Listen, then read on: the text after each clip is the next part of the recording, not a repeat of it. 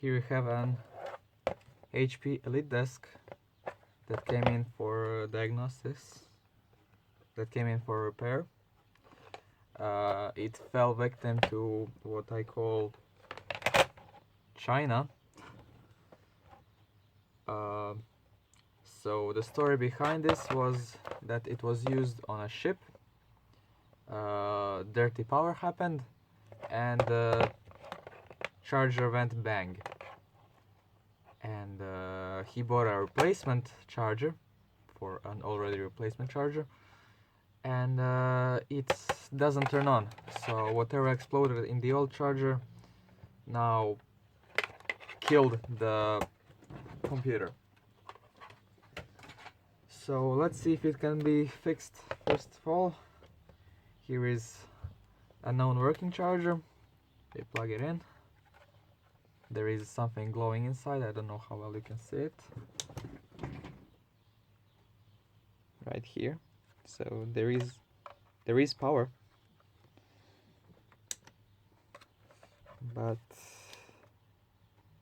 it doesn't respond to the power button. So let's see what we can do.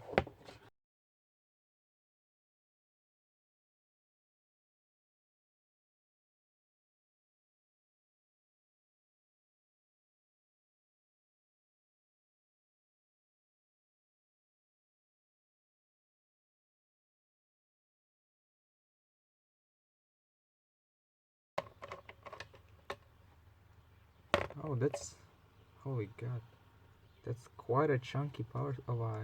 That's quite a chunky heatsink. i5 7500. That ain't too bad.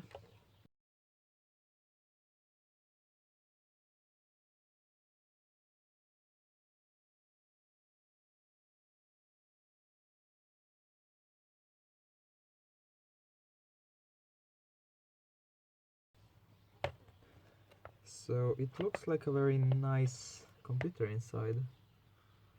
We have NVMe, two NVMe's, 2 RAM slots, a full-size CPU. We have a modular connector, so currently it's a display port.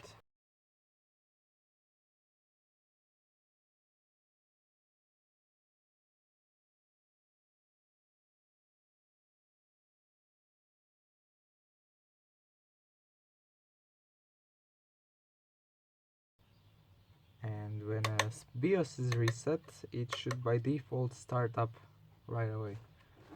But it doesn't do that, so let's get the probe in. So we have 19.2 volts on the input. We have the sense voltage, which is how HPs determine the power of the charger.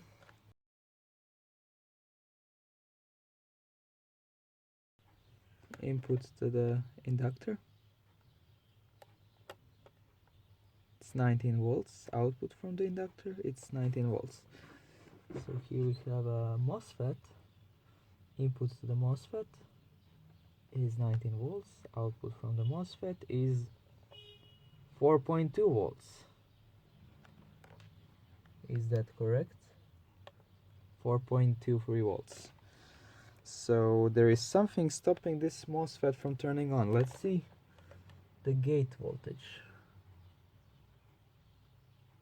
The gate voltage is 19.2 volts. So the computer is telling this MOSFET right here, which is an input protection MOSFET, to stay off. Why? I'm not sure. But typically,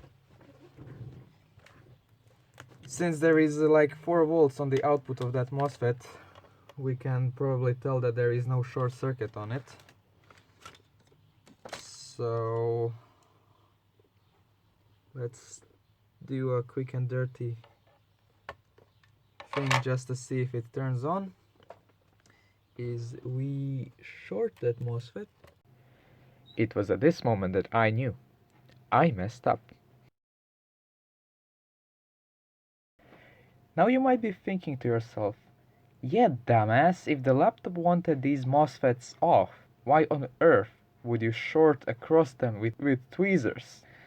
Well, this is actually quite a common fault on laptops and mini computers. These MOSFETs are used to keep the V-main protected until good connection with the charger is established, or to protect the computer in case the charger is damaged and the connection keeps breaking and or arcing.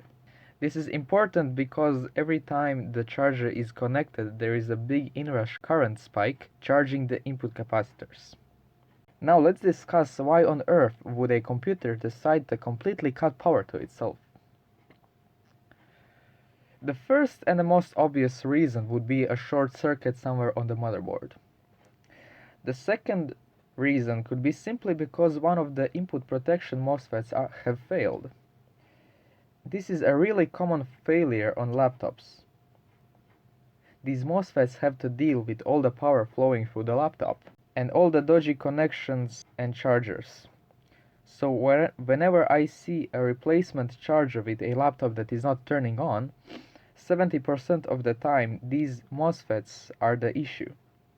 In these cases, you can often just bypass these MOSFETs and the laptop will most likely turn on. Of course, you are supposed to replace them, but it tells you whether or not the rest of the laptop works. That is, of course, what I wanted to do here, but, well, we know what happens. Now, let's quickly discuss what makes cheap power supplies dangerous to computers. So, here is a computer power supply. This is not the worst one you can get. I mean, obviously it has exploded, as you can see. This one exploded, I believe, due to whiskers growing across its terminals, which is why there is a black spot under the transistor. How a power supply works. We have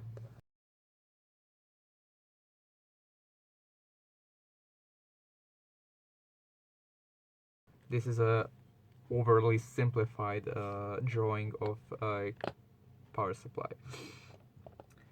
Now, why power supplies blow up?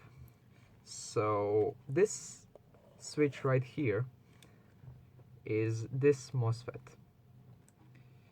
As you can see, between this big capacitor and a transformer, this is a capacitor, this is a transformer, only thing separating them is this switch. So when there is little or no load on the power supply, it switches with low duty cycle, like this. And when there is a high load, say we're drawing 4 amps out of it, this is 1 amp and this is 4 amps, this switch needs to let more power, this needs to allow more power to get from this capacitor to this transformer. And what happens when the power supply blows up is this switch gets stuck in the closed position, which means now instead of this switch actively regulating the output voltage with these pulses, which now full current from this capacitor is flowing through the switch through the transformer. So now what? We know a transformer cannot work like this on DC. It needs specifically alternating current. So when we feed the primary coil with this huge sudden spike of power, what we will get on the outside is this is what you get normally, like small pulses, and then all of the sudden, since instead of small pulses now you get one huge pulse, you will get this, or more likely something like this, but it's a huge pulse anyways. Now in theory this circuit right here is supposed to absorb that pulse and reduce it to maybe a 20 volt pulse or something, but that's in theory, of course. This is what you get on an expensive power supply. Of course you get multiple capacitor, electrolytic and a ceramic capacitor, another electrolytic, another ceramic capacitor, maybe you get double filters or whatever. But in case of a cheap power supplies, what you get is this coil going through a simple diode, through a simple capacitor. If you're lucky, you get two of them, and that's your output rail. And what happens, because these capacitors are electrolytic capacitors and they have quite a high internal series resistance compared to a ceramic capacitors that this an expensive power supply will have, these two capacitors will pretty much let the power through. And of course that might happen on an expensive power supply too, but thing about an expensive power supply is there is also an inductor on a way to absorb the high frequency pulse. And then after the inductor there are more capacitors, so the pulse has an insanely low chance of getting through to your laptop. And on a cheap power supply, because you have a simple diode going through a one or maybe two capacitors with no inductor and no ceramic capacitors to absorb high frequency, the pulse goes straight through your laptop and kills a few things. And unfortunately for me and for you, depending on how you look at it, the client whose charger decided to blow up wanted me to give the charger back. So sadly I have no charger to show you what happened inside, to do analysis what went wrong and how the output circuitry was designed, but it's very likely something like this. Why did I pull a plug there and decided to stop trying to fix it? Is because other than the small regulator that decided to blow up that you saw in the video, under my hand there was also the super IO chip that exploded, and it had a little next to the indicator that indicates the first pin, there was also a bit of paint on it, which indicates that it was programmed. And since I have no access to the programming hardware and I couldn't find the schematics to find any info on the small 5-legged regulator, what I think it was, I pretty much hit a brick wall. I couldn't go any further, and that's it. See ya. Don't buy cheap chargers. MOSFET? Oh Jesus.